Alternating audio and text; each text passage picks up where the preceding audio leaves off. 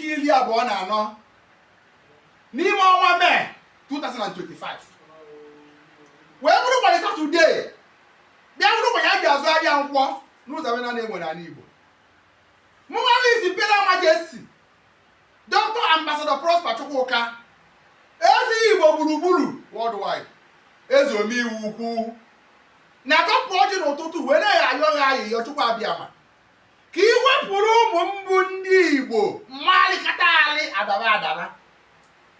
maka na alịkata alị adaba jọrọ njọ n'ime ndụ mmadụ ikere eke nke ndị oyibo na-akpọrọ isi na fọlị. Gị nwewe onye Igbo ebe ọ na ị nọ ma ị nọ Naijiria ma ị nọ n'obodo oyibo ịya alị ịya azị ada ekpere eze omeiwu ukwu na ekpere ime ndụ n'ụtụtụ anyị wee na-ekwu na ka anyị gọrọ ya ka ọ lee ise